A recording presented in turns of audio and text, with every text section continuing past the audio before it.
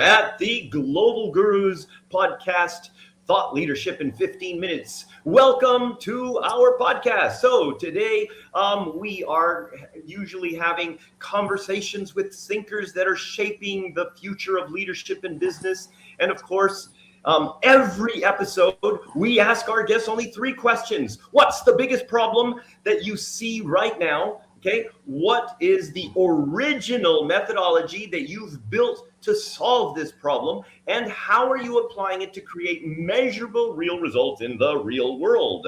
Okay, I'm Arthur Carmazzi with my co-host here, Rhett Power. And today we have the number one, okay, guru in communication, not only for 2026, but also 2025 consecutively, Giuseppe Conti. Welcome, Giuseppe. Thank you very much, Arthur, for the introduction. Yes, indeed, delighted to be in the negotiation category, leading for 2 years in a row. Yeah. Well, it's great to have you, Giuseppe, and let's jump right into it because we only have 15 minutes.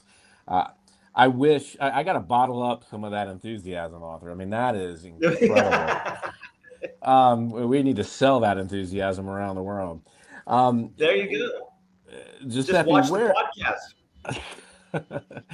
Giuseppe, as Arthur was saying, we asked 3 questions. And so the first question is, what's the biggest problem you see right now? Well, if we look at a global level, probably the increased number of conflicts that we see around the world and the growing polarization of society that makes, constructive dialogue and building consensus and those kind of things, much more difficult. If you look at the communication today, it's more focused on aggressive language and adversarial thinking rather than how can we work better together, how can we understand each other better to find better solutions. Yeah. Brilliant. Yeah. Go ahead, Arthur. Go ahead. No, well, now, okay, so Giuseppe, I mean, as the number one guru, you've got unique ways of dealing with this problem, okay? The way of negotiating, but it's not just negotiation. It's all about really kind of creating some kind of a mutual, not just win-win, but like some situations where people actually feel really great about working together. Can you tell us a little bit more about how, what your original methodology is? Yeah. Now, of course, I wish I had the solution to solve this problem in the world. It's a big outside of the scope of this podcast, but there is one tool that we use in our negotiation and influence workshop, and that you're going to find also in my recent book called Negotiation Plus Influence Equals Success. And we call it dual vision. So what is the dual vision idea? Is that whenever you have a conflict, a dispute, you want to try to influence somebody, you're negotiating, or any other kind of challenging communication context, then you want to look at the deal from the other party perspective. So you want to understand your interest and their interest, my alternative and their alternative, my question and their question, right? So you want to put yourself into other people's shoes. You want to learn to present their case more persuasively than they can. So, you understand it so well, you discuss with the other party's spreadsheet in mind. And then, once you have this understanding about how they see the deal, then you can make them choose what you want in their own interest. Yeah, let me give you an example so that it becomes a bit more tangible for our audience, because it looks very complicated how to get somebody to choose what I want in their own interest. Now, let's go back to before I was a negotiation and influencing professor. I was in the corporate world, and I was negotiating with a leading pharmaceutical company for a senior procurement role. Now, imagine this type of scenario. I'm talking to the HR director, and I tried to, one of the things which was important to me was continue the teaching. I was working and teaching at the same time, so I wanted to get this top job while continue my teaching activity. Now, I can give this message to the HR director. Listen, I'm already teaching at a number of leading business schools. It's something that I enjoy very much. It gives me the opportunity to meet some of the brightest people in the world. When I come back to the office, I feel full of energy.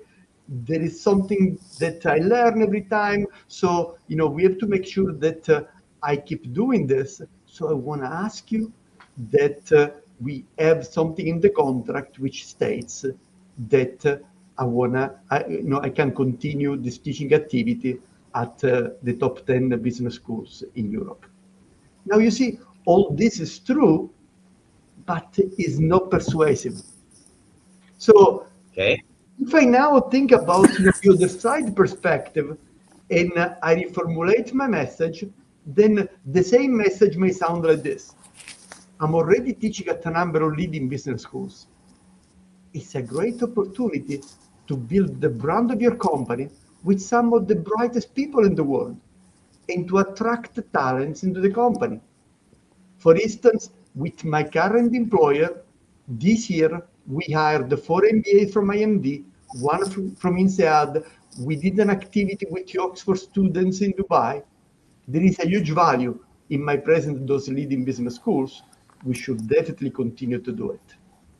Now you see that one of the simple way to get the other party to choose what you want is to talk about what's in it for them. Now there are other tools, we can use option, we can use question, but a simple one for the people to remember. If you wanna get somebody to do what you want, to talk about what's in it for them rather than talk about what's in it for you. All right. Yeah. Fantastic. I wonder, Giuseppe, too, is this a skill that leaders can practice? And do you have any advice on how to, practice for negotiating and practice for having these type of conversations? Is that something you encourage? Now, the good news is that a number of those skills can be practiced not only when you're having an important multi-million negotiation, but these are things that you can practice in daily life. Because you may have a disagreement with your children, with your partner, with colleagues, with your boss, with your direct reports, etc. So without waiting for the multi-million contract in front of you, you can indeed take the habits of looking at the perspective of the other party and try to understand more them before you come. I think something that we heard from Stephen Covey already 40 years ago in his wonderful book, The 7 Habits of Highly Effective People. Seek first to understand and then to be understood.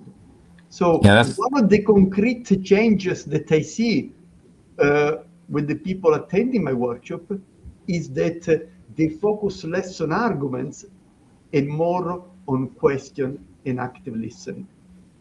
So, and again, you can do it every day with anyone around you. Yeah, that's a skill that we certainly don't do enough of, which is try to think about other people and kind of live in their shoes a little bit, right, and understand their perspective. I think that's certainly something that sounds easy, but is probably hard for a lot of us to do. But yeah, Arthur, what I was just wondering if so this is kind of also a little bit of a storytelling, about like creating a story or scenarios where the client or the person that you're negotiating with is the hero and that they're getting kind of what they need. Is that accurate? Well, certainly storytelling strengthen your communication skill, no doubt. And now, from my experience, often people are afraid when you say, oh, yeah, but storytelling, it may not be my skill. Of course, we know the framework for storytelling, 5 or 6 steps, depending on the kind of model that you have, and, the hero, the challenge, and those kind of things. And then people say, well, but this is not really, if I was doing this, maybe I will be working in marketing rather than working in finance or in supply chain or in procurement. So now, the simple message that we can give to people in a story doesn't need to be always a very sophisticated thing. It may be an anecdote, an example, something that your competition has done, something that was done in another country, now you want to implement in your country, something that was done in a different business unit and now can be reapplied. So yes, your message is going to be substantially stronger if rather than limiting yourself, to facts and arguments, you can bring some life with real life examples, anecdotes, and stories that strengthen your message. Yeah, I so much agree with that. Giuseppe, what for you? You've given us an example and a way to really rethink how we approach a negotiation. What's another idea, another tip? We've got about 5 minutes left, so we've got some time to learn one other big thing. Is there another tip or another useful thing that somebody can implement now as they go into maybe they've got a negotiation today as they listen to this podcast on their way to work this morning? Is there something else that they should be thinking about? Maybe not a tool, but is there something else that they should have in mind when they're going into a negotiation? I think, rather than moving into a completely different topic, let me strengthen one of the ideas that I gave, right? I mentioned that one of the things we want to do is ask more questions and listen better.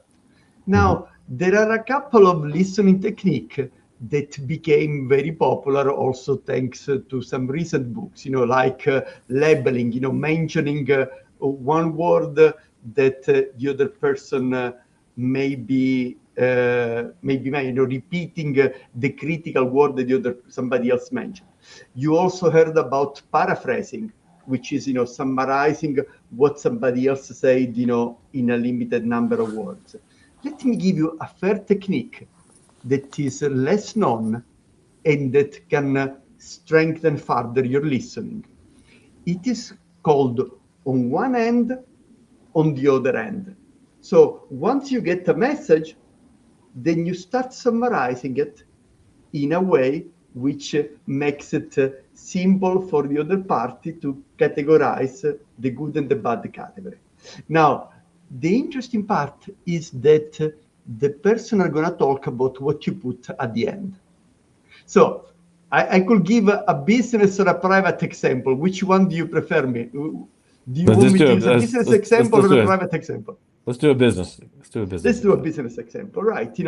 I was talking with, I was heading procurement, and I was talking with one stakeholder that really didn't like procurement.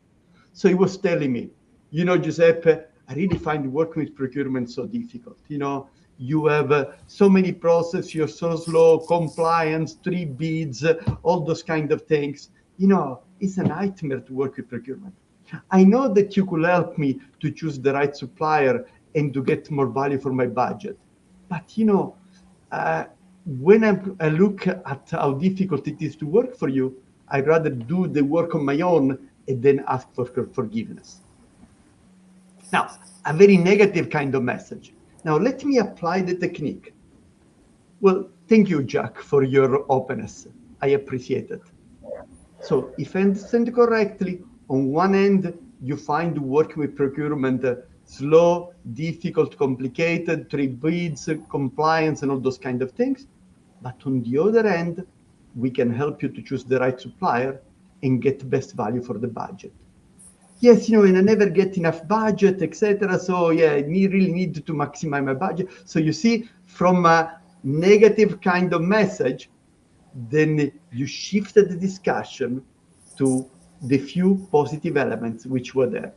Try to apply it with your partner tonight. If you get a negative, a blame message, try to see, put all the negative in the first part on one end, and then on the other end, you put the few positive that you get, and you shift the conversation to the positive elements. Right. Well, all right. Super insightful. Super insightful for sure. Arthur, you want to wrap us up? Well, I guess that's it for today. Okay, so we've got Rhett and Giuseppe, and of course me, or the Carmazzi, and we thank you very much for joining the Global Gurus podcast, 15-minute thought leadership, and we'll see you in the next episode. Thank you very much. It was a great pleasure to be with you, Arthur and Rhett. All the best. Thank you, Giuseppe. All right. Thank you.